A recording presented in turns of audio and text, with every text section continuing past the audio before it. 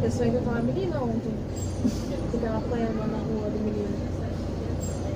Eu fiquei preocupada com ela, de verdade. Eu sonhei com ela.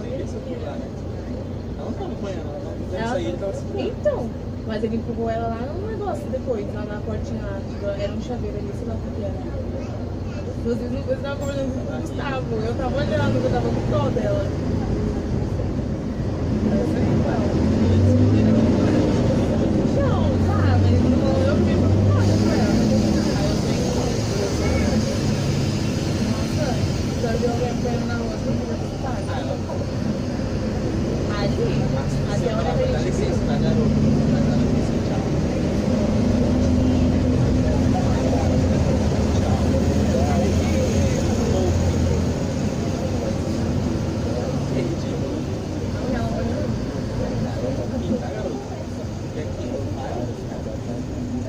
Nossa, ela vai passar aqui para o lado do relógio. Ela vai passar aqui para o lado do relógio. Não. Não? Não vai passar não? Não, eu vou descer no terminal pra não passar lá, pra você ficar lá e falar rápido.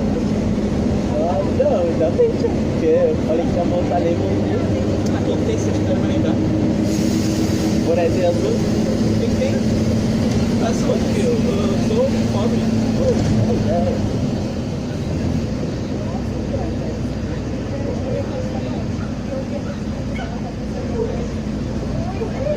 Eu acho que